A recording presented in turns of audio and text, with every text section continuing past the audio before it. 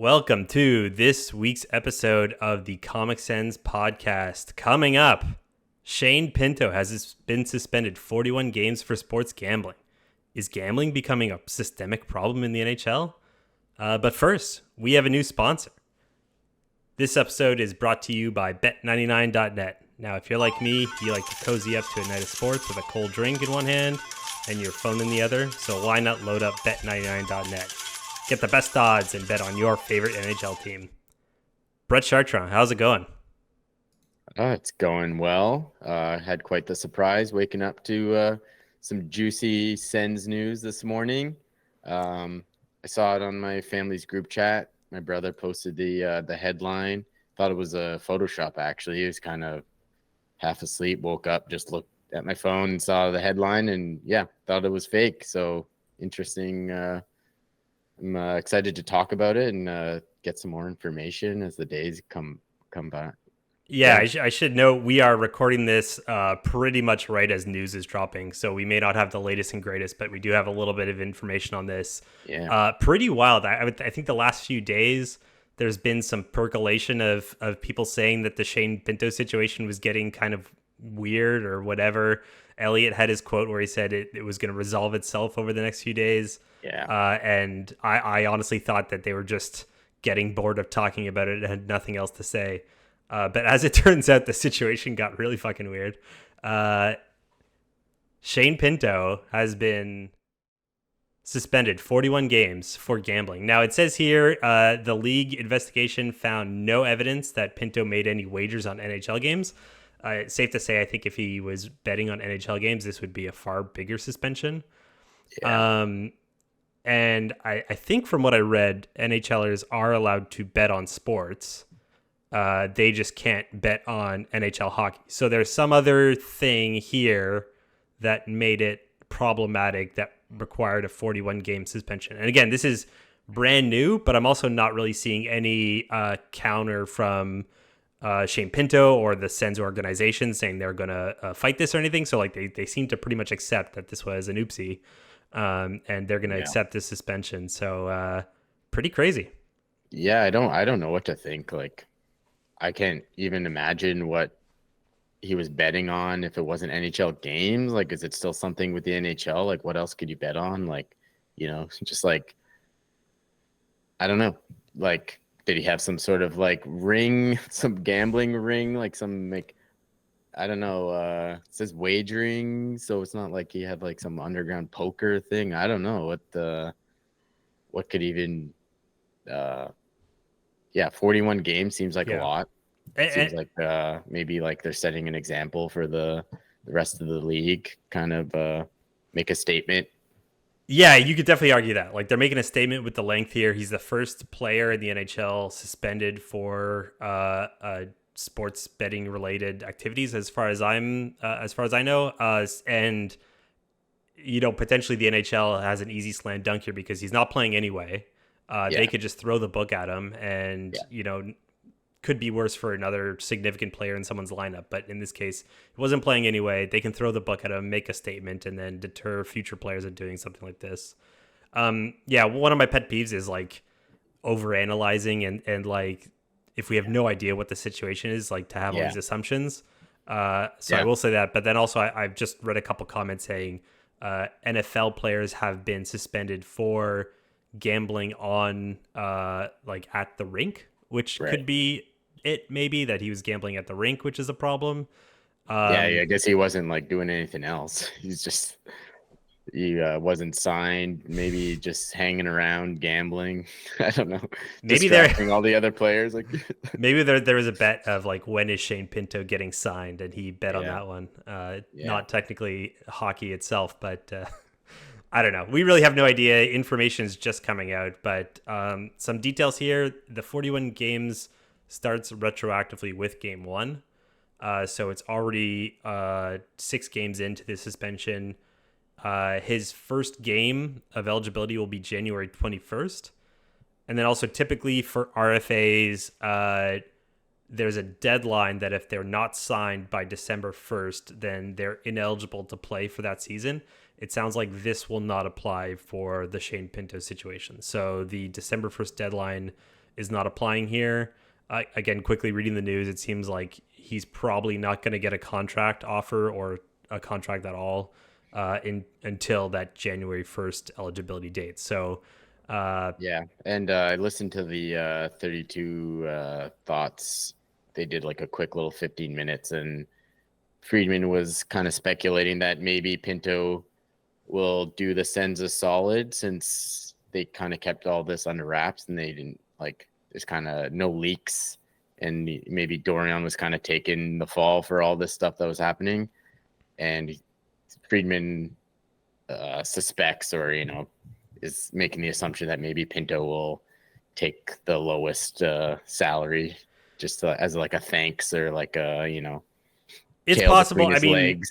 one thing to consider, and I don't know how this all works with the suspension and everything, but if you sign a contract well into the season, your cap hit becomes much higher because your cap hit isn't stretched out for the entire season. It's only for the remaining games. So even if he does do like league minimum, which I think is like 870,000 for his qualifying offer. So even if he does that, I suppose it would still be like an inflated cap hit because he's only going to be playing for the second half of the season. So yeah, I mean, it's possible. Like we're not going to know until we're closer to the date. But you're right. Yeah. He out of the gate kind of fucked up his reputation a little bit with this, and I feel like he might need to. I was thinking about that, just kind of the long-term effects. If it's like, how like, if he comes back and he's not playing as well, does that affect it? Or if he just like comes back and he's amazing and everyone loves him, we'll just forget about it. If new information comes out and it's like worse than we think, what's going to happen? Like, yeah, kind of curious of how like the fan reaction and even the team reaction, like kind of messing up a little bit of the chemistry, the good vibes that the Sens kind of had going on. Personally, like athletes have done some vile things, and this to me, without knowing all the details, unless he was like dogfighting, we don't know. Like this doesn't seem that vile, right? This I don't seems really like care too much, to be honest. Yeah, it seems like a mistake that a younger NHL or young kid made, and he wasn't probably playing, already so it's not like if he was betting on the games, it was like gonna affect the outcome. He wasn't playing, so it wasn't like he had any like say in the outcome of the actual game. If he was just so personally, I don't care. Everyone does it if it's kind of like you said, nothing like malicious or anything. Yeah, I mean, I care in the fact that he's a talented player that the Sens now don't have access to until later this year, so that sucks. I mean, on the other hand, I think the majority of hardcore Sens fans were refreshing their phones looking for news on Shane Pinto leading up to this, so now we could sort of rest easy, kind of have some time bought until January 21st, and then now we have an idea of what a roster looks like, right? Since we don't have to speculate about trades or whatever to figure out the Pinto situation.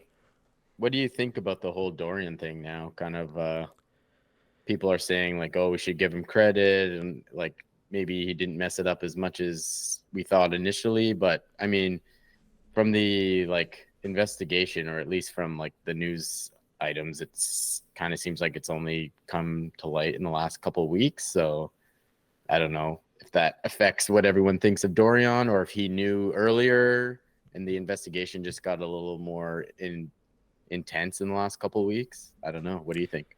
Yeah, I mean, again, I hate the speculation game. I did put I believe was Dorian my dump of last week. Dorian was probably my dump of last week because the situation was escalating, so maybe I wrongly assumed there. But I hate to make assumptions. You hate to, if something is going on longer than necessary or whatever, you never know what's at play there. So like I hate to make assumptions about different situations. I typically give benefit of a doubt, and I think Dorian again gets some benefit here for it wasn't just him being a bad GM that let this to drag on. Still, with that said, Pinto was not signed up until the start of the season, so like Dorian got that far anyway. But I don't know what to think, but I think hopefully the team doesn't get distracted by this again now that they have the lineup situation more or less figured out. What happens with players like Joseph, who's been playing out of his mind. His mind is a little bit at ease now since he doesn't feel like an imminent trade is coming. Yeah. I think it will help the team that's currently struggling right now just have a bit of closure Yeah, and kind of move on from it. So for sure. hopefully they can rally behind this. And when January 21st comes around, I can't wait for Shane Pinto to get back in the lineup. And hopefully cap wise, it'll be easier to figure that out. Yeah, I think also just kind of makes sense of why like Dorion's been kind of silent in the past like couple weeks. Like haven't heard anything from him. I think maybe in the past, Sens fans have been that's been kind of like a problem with the team, just Yeah. like communication and like when things are starting to get tough, they don't face the media as much, or like, and when they do, they kind of stay like silent on the actual issues that people want them to talk about. So yeah, it makes sense why he's been kind of silent and not really facing any questions about the Pinto thing, which, is actually a good thing. You don't want to, yeah, it Yeah. might have been messier. It could have gone messier, like, and stuff. So this way, I think that it was almost best case scenario in terms of like forgetting about it and letting it like just the 41 game suspension. It'll happen. You'll come back and everyone will just kind of forget about it, hopefully. Yeah. And no one will ever bet on hockey again. Right? Yeah. I mean, yeah, I'm sure he's the only player in the whole entire league of whatever 500 players that's done something like this. Yeah, he just got caught, I guess. All right. Well, let's not linger too long on this. I want to get to some news around the NHL. We love to talk about it because it makes us feel a little bit better about ourselves. But what's going on with the Oilers? Who knows, man? It's McDavid. I think McDavid's getting traded to LA. So since we last talked, Trading him for $1 million. just a stack of cash. So when we last chatted, the Oilers did win a game 6-1. So congrats to them. But then went on to lose 3 games in a row. And it's getting a bit ugly. Pretty crappy teams, too. Yeah, I want to pull up a quote here from something that happened on ice. So in a game against the Jets, I believe, Evander Kane was interviewed and said, "I didn't play much in the first period, so I thought I might as well get into a fight and take 7-8 minutes in the box." So Evander Kane taking jabs at his head coach, it looks like. Yeah, getting sassy. Yeah, I don't actually. When I saw the headline of him, I was like, "Oh, Evander Kane getting into the drama and stuff." And then thinking about it, like, because he got into a fight the next game as well. Yeah. I don't know. Part of me is kind of like, I wonder how the team thinks of it, him saying that and doing it and actually fighting. Because I think like Brendan Dillon's his friend too, so it was like not really out of like anger. It was kind of just like, hey, let me fight you, and then, Yeah. but yeah, I wonder. Kind of, there's a part of me that's like, yeah, good for him for like at least like showing some emotion and like, I mean, showing that he nothing wrong with cared. fighting. I think sort of calling out your coach is Yeah, definitely it's a sign that something's up there. Maybe not. Maybe you take Kane's side in the matter. Maybe the coach is messing up, but yeah, there's some drama happening already that Evander Kane's involved in, and some might even think like maybe he'll be the scapegoat because he's had drama surrounding him his whole career. But yeah, not good. Kind of no peep from McDavid or Draisaitl either. Just yeah. the, It's the but coaches kind of already called them out a bit too, like a there couple was games a in. quote from Draisaitl, and I don't have it here, but basically there was pretty much at Edmonton Oilers a huge gaffe in nets where the goalie came out, Oh yeah, tried to play the puck and ended that was up so bad. going in the net. And then Draisaitl was asked after the game, like, well, "What do you say in situations like this?" And I think he was kind of pissed in his response. So I'll get that video up or something. But yeah, trouble in Edmonton land, it looks like. And all I want to know is, what does that mean for the McDavid demand a trade-o-meter? Where are we sitting at, Brett? I think it's safe to say they're 1-4 near the bottom of the conference, all ready to start. Yeah, This one's probably around yeah, here. we're code red. We're code red. It's not looking good. He is a sad, sad boy I looking don't, for a maybe trade. McDavid might not even show up to the rink next week. I mean, he's out. We didn't even talk about that. McDavid's out 2 weeks. He's Oh injured. yeah, he already injured himself and started playing, and then he didn't play for the last. If McDavid's out, that's it. Like he's out two He's just weeks, gonna go and into hiding, that's the and thing there's is like like, now he needs to actually watch Edmonton Oilers games. So I think that might yeah, be like the thing that pushes him over the edge. Is he'll just be sitting in the press box, or maybe not even show up to the rink. He'll just be in his like cold condo dungeon that he lives in, yeah, he's sitting on the and sofa. He's got Bet99 open. He's like, what are the odds? Is that he's in the commercials? So he's what are the odds that I yeah, request a yeah, trade? oh yeah, Pretty high. yeah. Yeah, I don't know what it would take, to be honest. I say this every week. I don't know what else it would take for him to want out of there. Yeah. All right, on some more positive news, the NHL experimented with a frozen frenzy. So what this is all 32 NHL teams played on Tuesday night, staggered start times for the game. So you had pretty much NHL hockey going from 6 p.m. start time to an 11 p.m. start time, so all night. No shortage of highlights.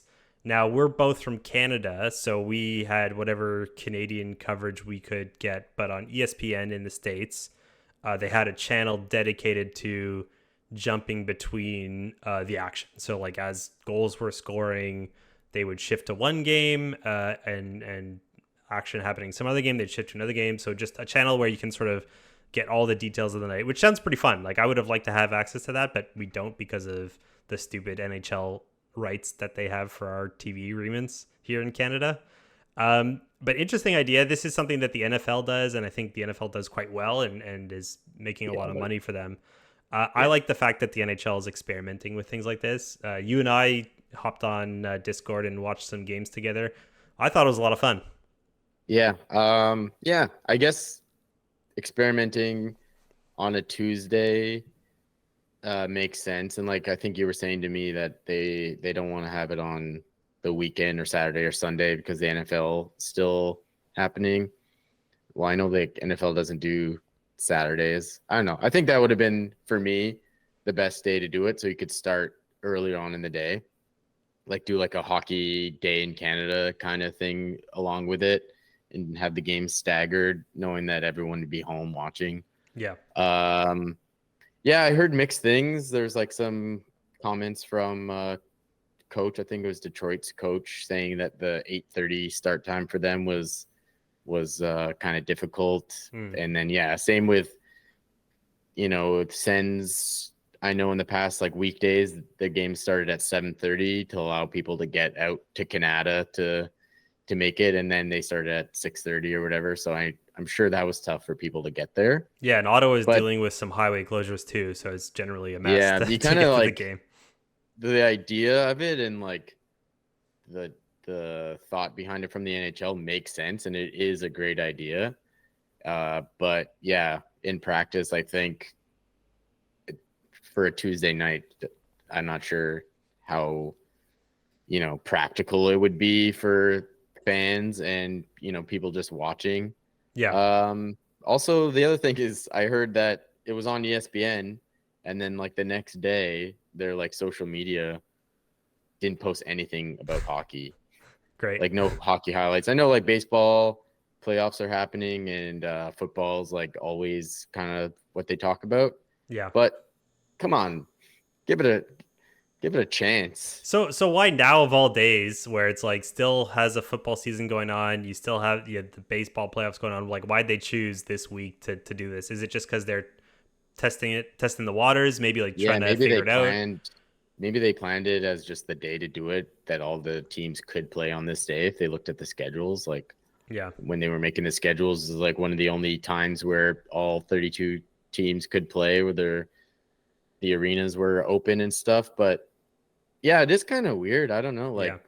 I think yeah, they could it's a good idea. I'm glad they're trying new things. I think they could work to improve it. I would love to have this single channel available in Canada. I mean, that would be great. To just like watch yeah, like the highlights and stuff like that. that's all that we ask for. Yeah. Everyone would pay for it. Everyone wants to give them money. They're giving others like services money. Like they just want affordable package that they could watch any game they want at any time and Yeah. then replay it. That's it. That's all. And the technology's there. I don't know what the hell it is. No, it's a mess. Like I have a TV, Bell 5, the internet TV thing, and like some days I get blackout warnings for games, other days I don't get blackout warnings. Like for Sens games where I'm in the region, so I they don't know what they're doing. I think it's a complete mess right now in terms of Yeah. the blackout stuff and TV, but. Yeah, hopefully they figured out. I like the idea of the Frozen Frenzy. Hope they do it again, make it a bit more exciting. One comment I had was the matchups weren't like that enticing. Yeah. Like you didn't have a Yeah, lot of that's true. rivals against each other.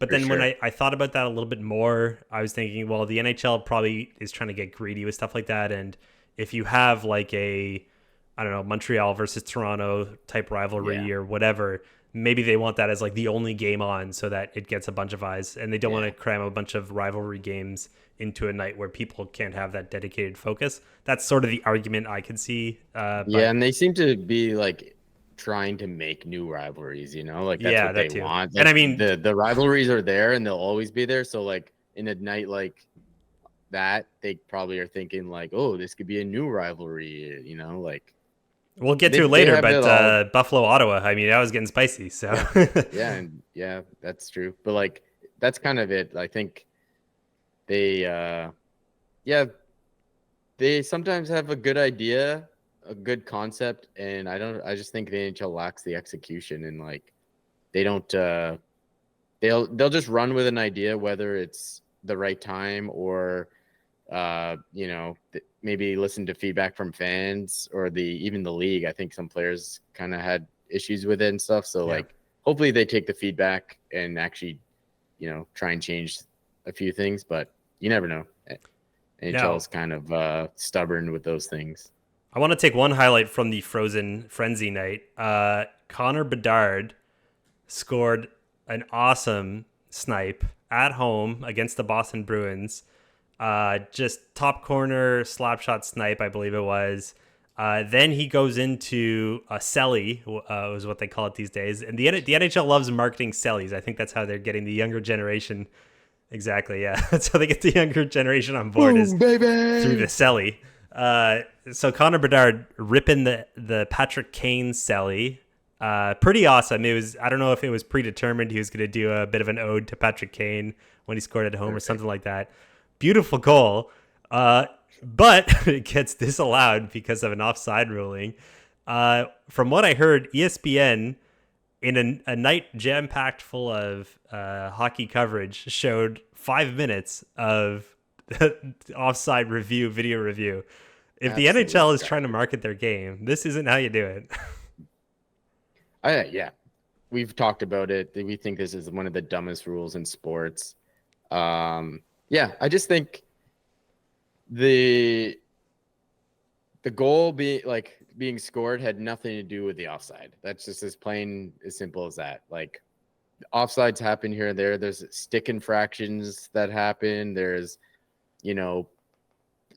high sticks that get missed. There's things that you can't review that get missed.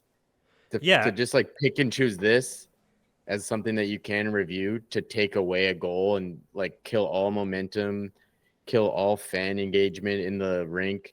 Because there's one that happened in the Sens game last week that It's like a 10-minute review. It's like crazy. and then the fans were starting to get restless. They were booing and stuff. Like I feel like at that point fans don't even care. Like no goal or goal, who cares? Like let's just play the game. Like reset. I don't care. Like I don't know. Crazy to be like Bedard is the NHL's golden child. He scores such a sweet goal at home against the Boston Bruins, like original 6 franchise. On the like, marquee matchup. Like what what are the odds?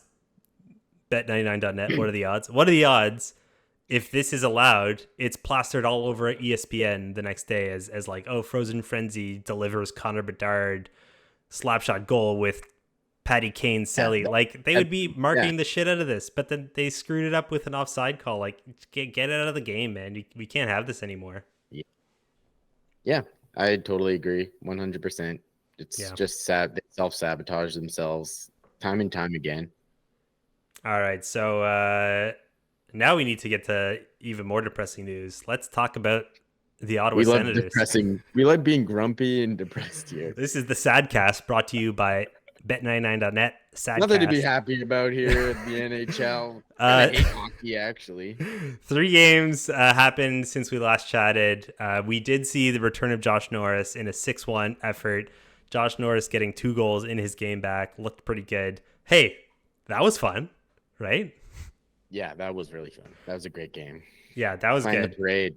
Yeah, and then since then, 2 real stinkers. 5-2 loss against Detroit, the famed DeBrincat return to Ottawa game, and then a 6-4 loss to the Sabres. At one point, it was 5-1. The Sens made it interesting before an empty net goal killed it. But 2 real big momentum killers for the Sens. Unfortunate games there. A lot of people panicking ish about the Sens. I mean, they're 3-3 right now, which not amazing, but all things considered, not horrible. What about you, Brett? Are you panicking? It's hard not to during the game because they were such stinkers, like you said, and against like 2 division rivals that before the season, Sens fans looked at as kind of your comparables of like if we were ahead of them in our rebuild, or if our young core could stack up against these 2 teams. And then kind of having crappy games that seemed kind of reminiscent of last year, kind of collapses in the own zone, and kind of seemed like there's no structure to the game, and then out shooting the opponent and Yeah, I think losing big. the advanced stats for this one actually look pretty good in terms of Ottawa's play. Like, it's not like, Yeah, it's the eye test versus the stats. Like, it seems like yeah, Ottawa was getting their chances and just couldn't put it yeah, home. And then Detroit and Buffalo, it seems like every chance they got, it was in the back of the net. So, yeah, wasn't a great look. I'm not panicking either. I think, 6 games in, that's such a small percentage of the overall season. Ottawa has the team here. It certainly makes things look bad for DJ Smith. Not gonna lie, he yeah. may be on some bot time here. But Yeah, and I was thinking about that this week. I wonder if Anlauer and Steos, even before he came in, if there was like a plan in place already, and like, they weren't going to be like, let's see how the season goes and reassess after the season. Like, I wonder if it was like, don't clear house right away, kind of let the season happen. We have some good kind of momentum for the season. Everything seems to be going well. Let's just let the season play out. But I wonder if they have a plan already in place, like, if they lose this amount of games by this time, if they'll change, and if they have somebody in mind, or if they're like going to start doing the interviews and stuff. I don't know. Like, I think that's fair to say, and curious. I think it maybe like shows us, is Anlauer reactionary or is he calculated? And like you're saying, if they're calculated about this, if they take their time, if it's not just 2 bad games in a row and all of a sudden we got a clean house, I would prefer an owner be a bit more calculated. But maybe this isn't just 2 games, right? Maybe this is the last few seasons in a row here. But I don't mind if they take the time on this. They might have been calculating throughout the summer, when he finally was like, it looks like I'm going to be the person getting the team. I know Steos is going to come in at some point whenever I can do that. So who knows how long they've been calculating it and what they've been saying, Yeah. I think the other thing I remember, our friend who's the Lightning fan, he was kind of put things into perspective a little bit. Even when the Lightning were in their dynasty run, they had an amazing season and then got swept in the first round. It kind of just made me think a little bit like, oh yeah, like the Sens aren't even at that point yet. They're not even at the like good season and getting swept in the first round point of their run, if that's going to happen. Like, I think we have gotten ahead of ourselves a little bit of what this team is expected to do. Like, we're expected to, I think that's what the disappointing thing is like, we expected to at least be on par with the Sabres and the Red Wings. And then, we showed up 2 stinkers. But in terms of the big picture, I'm not panicking because yeah, everyone's kind of locked up who is on the team. So Yeah. yeah, On paper, the Sens look great. So let's see that in yeah, execution, and I think there's plenty of time for that. And I'm not going to panic on it. yeah, My theory for the last couple losses, if you look here, the Sens played. They were on a 5-game homestand, so 5 games in a row at home. right, They played yeah. on Sunday, had a couple days off, played on Wednesday, had a couple days Weird off, played start on times. Saturday, had a couple days off, played on Tuesday, and they're just at home the entire time. Like, how do you stay in the game when that's your schedule, right? You're brought Yeah, back to your personal life and then your work life. You're not going on the road. You're not bonding with your team. You're not yeah, getting your head in the game and focusing on work. Like when I go on work trips, I'm thinking about work like from when I wake up to when I go to bed because you're just at the office. You're with your team. You're doing all that stuff. There's a lot more mentally invested in that. So I think having a couple road games coming up is going to help the team. Hopefully, kind of get yeah. refocused, spend some time on the plane. Get more engaged with this stuff. And not to mention now the Pinto stuff has come to light, so maybe that was kind of hanging over them this week. They knew it was coming, and it's kind of just a dark cloud on the team Yeah, being at home and just like knowing all this is going to come out. And yeah, so hopefully, yeah, yeah, that's a good point. Like they could just kind of put the Pinto stuff behind them. This is the team, get on the road and start like, yeah, bonding a little bit more or whatever, just getting yeah. into the season. They're playing tonight, and like you said, like this could be a statement game. Can the Senators players say, forget about the last 2 games, forget about all the Pinto stuff. This is what we Yeah. are, and come out with a big game. So, fingers crossed. The Islanders not looking that great, so I think it's totally doable against the Islanders. So the Sens just need to put it together here and get a win. Yeah, I think and then yeah, against Pittsburgh next after that, another team that we should beat. So that would be I think signs that if we don't do too well in these next 2 games that the heat will be even bigger on DJ. So Yeah. Yeah. So we'll be watching the game tonight. But yeah. before we sign off, we need to ask and answer the weekly question. Brett, who are we pumping and who are we dumping? Start with you. Who are you going to pump this week? All right, so I'm pumping Joseph, and yeah, I think I might have an idea of what you're pumping, so maybe link that too as well, just the whole line.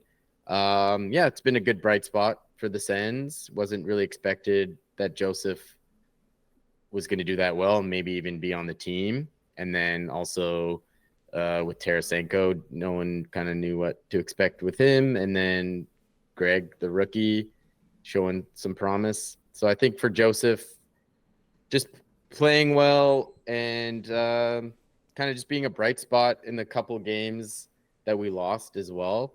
Yeah, he's really fast. He plays hard.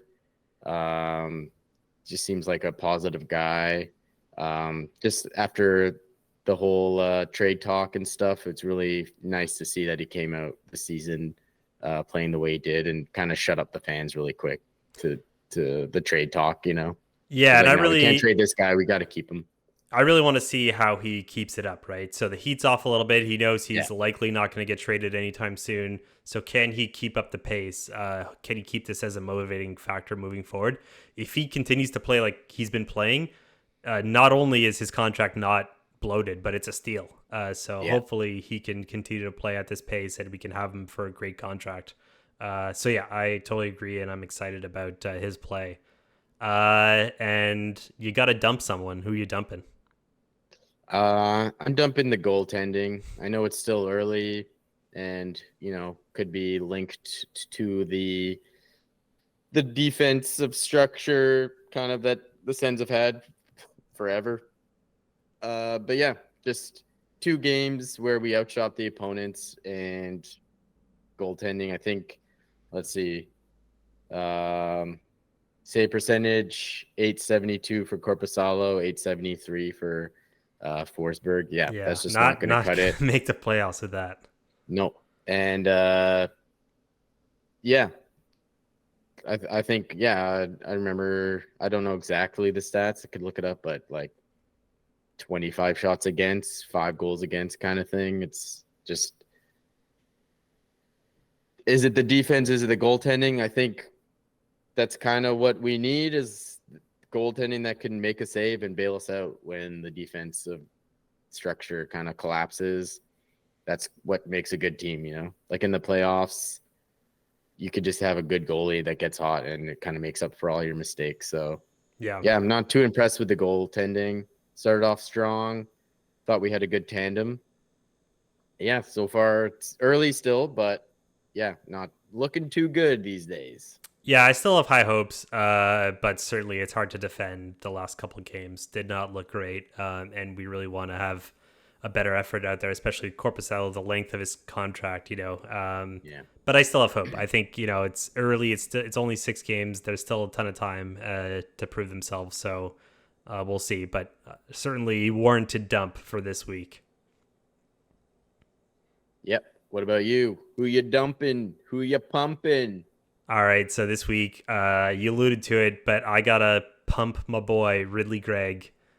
He is looking. I have to say, when the year started, I think I had him in my lineup as a winger, but didn't know how long he would stick. I thought maybe it'd be a bit of a trial run. I certainly didn't have him at center, and I was a little bit weary that he wasn't ready to take on the center position. But holy smokes, is he proving me wrong? He goes out there, he gets physical. We saw him lay the hammer on Alex DeBrincat. Should not have been a penalty. It was an awesome hit. That should have been a penalty. So good. The goal that sort of brought Ottawa close to it against the Sabres. You see him tough along the boards, getting a nice assist there. He's playing awesome. I couldn't pump Tarasenko 2 weeks in a row. Tarasenko now Ottawa's leading scorer. But Tarasenko is not going to carry the team on his own. He needs some good line mates, and I think Joseph and Greg have been awesome line mates. So really impressed with Greg so far, especially now with all the Pinto news. We could at least take solace in the fact that Greg is going to be a nice rookie that we can keep our eyes on. And speaking of, Greg not getting enough attention as a rookie from the grand scope of the NHL. Everyone's looking at your Fantillis and your Bedards and all that, but hopefully Greg could turn some heads this year as a rookie and maybe get some Calder consideration if he keeps this up. Yeah, I think that's all it takes is just the hot start to just at least people like noticing and know that because I think people all were just with the Sens in like media land and like the whole league, people were kind of just probably looking at the Pinto and Norris things. They didn't like really notice if there was a rookie or somebody taking their spot or whatever. So I think just the hot start probably puts him on the map in terms of the league for that sort of thing. Yeah. I think he is way more skilled than I already knew he was skilled, but he's like way more skilled than I even thought. Yeah. And I think he does like hitting DeBrincat. That was like such a big game. Like that was like the story of the game. DeBrincat coming back to Ottawa, and it was like a rivalry against Detroit. And he didn't shy away from making a big hit on their star player. I just love that stuff. I know it was a dumb penalty. It shouldn't have been a penalty, but like I just like that he's always getting involved at the end of the shift. He's doesn't shy away from that sort of thing, which I just absolutely love. Yeah, totally agree. And for my weekly dump, I only take one dump a week, and this week I have to dump on the NHL. The whole Pride tape situation, which we haven't talked about yet on the pod, and I'm not going to get into all the details. If you don't know what the Pride tape situation is, you can Google it. But basically, the NHL sent out a memo early in the season banning NHL players from wearing Pride tape on their equipment. A huge amount of backlash, rightly so. It was a boneheaded move. And then have just sent out they're taking it back. There's no more Pride tape ban for players. It just goes to show they have no idea what they're doing. Just no stupid. reason to ban it and then no reason to unban it. That's the weirdest part. They don't say why they're banning it, and then they don't say why they're unbanning it. It just happens, and it's like, and then forget about it. It's like just I don't know. It's so just stupid. Truly deplorable stance to have, and then just not backing it up and just being idiots about the whole situation. Looks awful for them. So Rightfully, they get a lot of shit for it. Hopefully, NHL and NHL players continue to be able to celebrate things like Pride Night, Pride Days, and can show off however they want to show off. Yeah, and credit It to should be on the to players. the people around the league, players, and Brian Burke said he would put up the the fines for anyone that wore the tape. So credit to those players speaking out and doing those things to like probably put the heat on the league. Yeah, and I should definitely call out Coyotes player Travis Dermott, who Yeah, was the one player who bravely wore Pride tape anyway, and yeah. straight middle finger to the NHL. So good on him And for then taking a guess stance what? like He that. wore it, and like good thing, like the headlines were good, and what came of it was good. But like he wore the tape, and like overall, it wasn't a big. No one cared. Like Yeah, it was all positivity nothing that came out. happened. As far as Yeah, I saw, it was exactly. positivity. So So it just goes to show you, pretty much instantly, one person wears the tape, and everyone's like, "Cool, awesome, great." And then the league's probably like, "Oh, people actually like this. yeah, I thought and we hated it."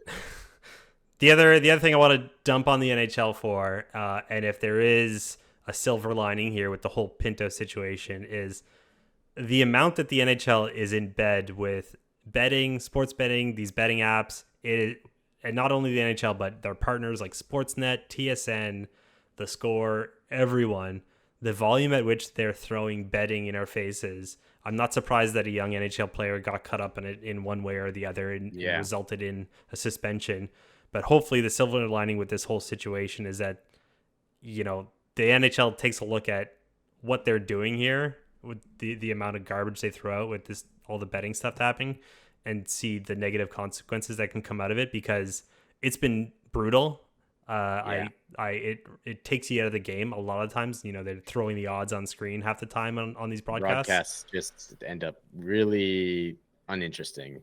It's terrible, and hopefully this whole situation brings a negative light to it. The you know can people like Elliot Friedman talk about the Pinto situation in one breath, and then a second breath later you have a segment on what are the odds, sports betting, yada yada yada. I don't know. Let's see. Yeah. Probably they'll just be just fine, because when you have a Well, hashtag I ad, you just gotta. listened to the 32 thoughts 15 minutes thing, and he brought it up, and I was actually surprised that he mentioned Sportsnet, and Merrick said a couple things about it, and the like Friedman didn't dance around it. He's like, yeah, I'm not gonna argue with you. The betting is pretty prominent on all the broadcasts, and then this comes out. It's Yeah. yeah, and then Hopefully it yeah, I think continues to be a conversation.